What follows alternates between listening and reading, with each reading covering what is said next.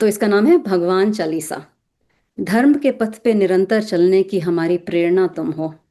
अंधकार में जीवन को प्रकाशित करती वो ज्योत्सना तुम हो। मन के मेहंदी की अल्पना तुम हो। अनंत सृजनता से की गई हमारी कल्पना तुम हो। मन सरिता है उसकी धारा तुम हो। प्रेम के सागर का किनारा तुम हो। द्वंद की धुंध जहाँ छट जाए, डुअलिटी, द्वंद की धुंध जहाँ छट जाए वो धूप तुम हो। आत्मज्ञान का वो स्वरूप तुम हो। ज्ञान की पावन सूरत तुम हो। संपूर्णता की पूर्ण मूरत तुम हो। परिणय प्रेम के संसार में तुम हो। परिणय मतलब क्या होता है? विवाहित जीवन। मतलब उसमें भी वही प्रेम ढूंढ रहे हैं वो, एक दूसरे में जो पति पत्नी ढूंढ रहे हैं, एक्चुअली भगवान का ही प्रेम ढूंढ रहे हैं। लेकिन कभी पूरा मिलता नहीं है किसी पर्सन से, ठीक है, या किसी फ्रेंड से या अपने बच्चे से भी पूरा नहीं मिलता है ना। सब में डुअलिटी रहती है, उसमें सिंगुलैरिटी रहती है वो प्रेम में। तो परिणय प्रेम के संसार में तुम हो। गीता के अनमोल उपहार में तुम हो। गीता एक हमको गिफ्ट है शंकराचार्य जी का, आदिगुरु शंकराचार्य, जिन्होंने गीता कहाँ से निकाली? महाभारत से निकाली। पहले वो महाभारत के अंदर छुपी थी, उन्होंने उसको निकाला तब वो गीता बनी, भगवत गीता। परिणय प्रेम के संसार में तुम हो। गीता के अनमोल उपहार में तुम हो। हमारे अनंत गुरु मित्र और संत तुम हो। सबका आदि मध्य और अंत तुम हो। मन का प्रतिबिंब और दर्पण तुम हो। जीवन रूपी आशीर्वाद का अर्पण तुम हो। तपती धरती पर सावन की फुहार तुम हो। जीवन के उत्पीड़न की अंतिम गुहार तुम हो। गुहार मतलब पता है वर्ड? गुहार मतलब that deep cry, Sai, cry, last cry जो बोलते हैं ना, गुहार लगा रहे हैं, पुकार, पुकार, अंतिम पुकार, हाँ, किसी चीज को पाने के लिए बहुत डीप लॉन्गिंग है ना। तपती धरती पर सावन की फुहार तुम हो। जीवन के उत्पीड़न की अंतिम गुहार तुम हो। इस दिया और बाती के ज्वाला तुम हो। कंठ से लगे रुद्राक्ष की माला तुम हो। हमारे धमनियों में रक्त का प्रवाह तुम हो। धमनी मतलब ब्लड वेसल्स। हमारे धमनियों में रक्त का प्रवाह तुम हो। मुक्ति का मार्ग और जीवन का निर्वाह तुम हो। सूर्य की अग्नि और चंद्र की कोमलता तुम हो। गुरु की वाणी और मित्र की शीतलता तुम हो। व्याकुल मन में बसी इस सीता के राम तुम हो। स्रोत की ओर जाती राधा के श्याम तुम हो। मंथरा की चाल और कैकई की मांग तुम हो।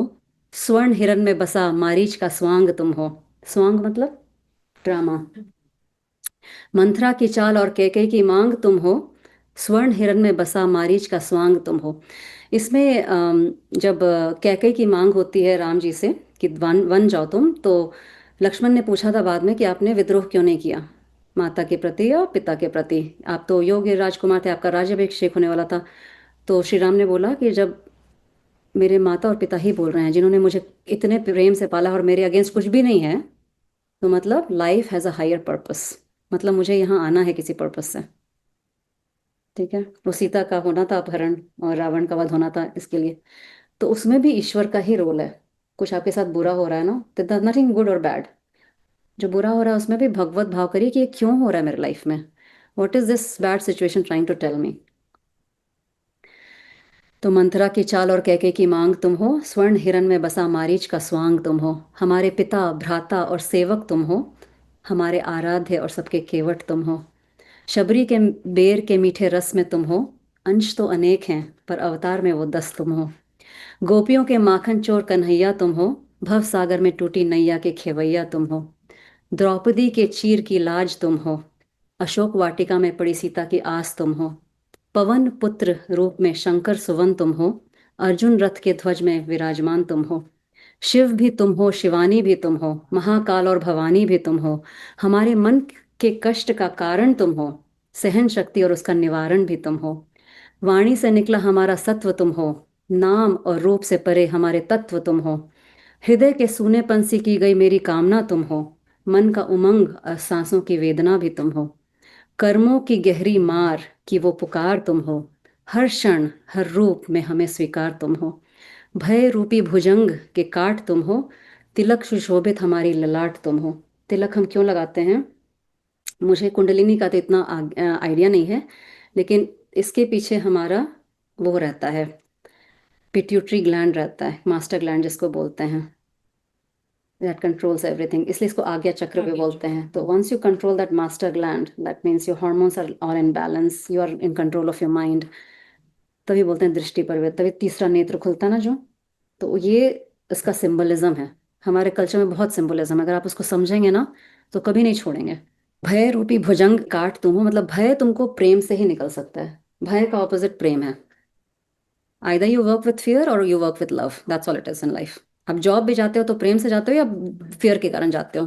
तो भय रूपी भुजंग के काट तुम हो, तिलक सुशोभित हमारी ललाट तुम हो, कठिन यात्रा के अंतिम पड़ाव तुम हो, जीवन घनी धूप ठंडी छांव तुम हो, हमारे नाम और रूप का अस्तित्व तुम हो, चंचल मन हमारा परिपक्व तुम हो, भक्त प्रहलाद के भगवान तुम हो, हमारी शक्ति और हमारे शिव भी तुम हो, पुष्प तुम हो उसकी गंध भी तुम हो, शांति तुम हो और द्वंद्व भी तुम हो, सूर्य भगवान की उष्णता तुम हो, चंद्रदेव की शीतलता भी तुम हो, अग्नि का अगन और प्रेमी का प्रेम तुम हो, बालक का बचपन और वृद्ध का अनुभव तुम हो, लगन की शक्ति और भक्त की भक्ति तुम हो, योगी की सांस और लोगों का विश्वास तुम हो, भय में भी तुम, अभय में भी तुम। भगवान से उतना डरना है जितना एक अच्छी माँ से डरना होता है, से न ज्यादा न कम। गलत करूं तो माँ पकड़ के नहीं। तो भगवान का डर दिखाना कि हेल और हेवन जाना है, वो बिल्कुल भी रॉन्ग डायरेक्शन है ना। ये। तो भय में भी तुम, अभय में भी तुम हो, मान में भी तुम और अपमान में भी तुम हो। कोई अपमान कर रहा है, अगर आप सह जाएं तो हमारे संत बोलते हैं कि आपके कर्म चेंज हो रहा है। आप भगवान के और पास जा रहे हो, अगर आप अपमान को सह सकें। कोई आपको कुछ भी कितना भी अपमान कर ले, वो सच है नहीं है, अगर आप उस सह गए, कई बार प्रूफ करने की जरूरत नहीं होती है। नॉट नेसेसरी, जो सोचना है सोच लो। भय में भी तुम, अभय में भी तुम हो, मान में भी तुम और अपमान में भी तुम हो, सुख में भी तुम और दुख में भी तुम हो, आशा में भी तुम और निराशा में भी तुम हो, अंदर भी तुम और बाहर भी तुम हो, कल्पना में ही नहीं संसार में भी तुम हो, अधीर मन के ध्यान की रचना तुम हो, और सबकी अधूरी कहानी का सपना भी तुम हो। साधक हम, हमारी साधना तुम हो, हर मंत्र में बसी हमारी भावना तुम हो, धड़कन को जगाने वाला सपना तुम हो, इस भटकते जीवन का ठिकाना तुम हो, मन में संगम की अधीरता तुम हो, मोक्ष के मिलन की मधुरता तुम हो, युगों में परिपूर्ण होने वाली हमारी आराधना तुम हो, ये जीवन और इस जीवन की अर्चना तुम हो। तो हम वर्तमान में भोग करके भविष्य में भगवान चाहते हैं, पूजा पाठ करके संसार का सुख चाहते हैं, जबकि उल्टा होना चाहिए। भगवान को अभी चाहना है।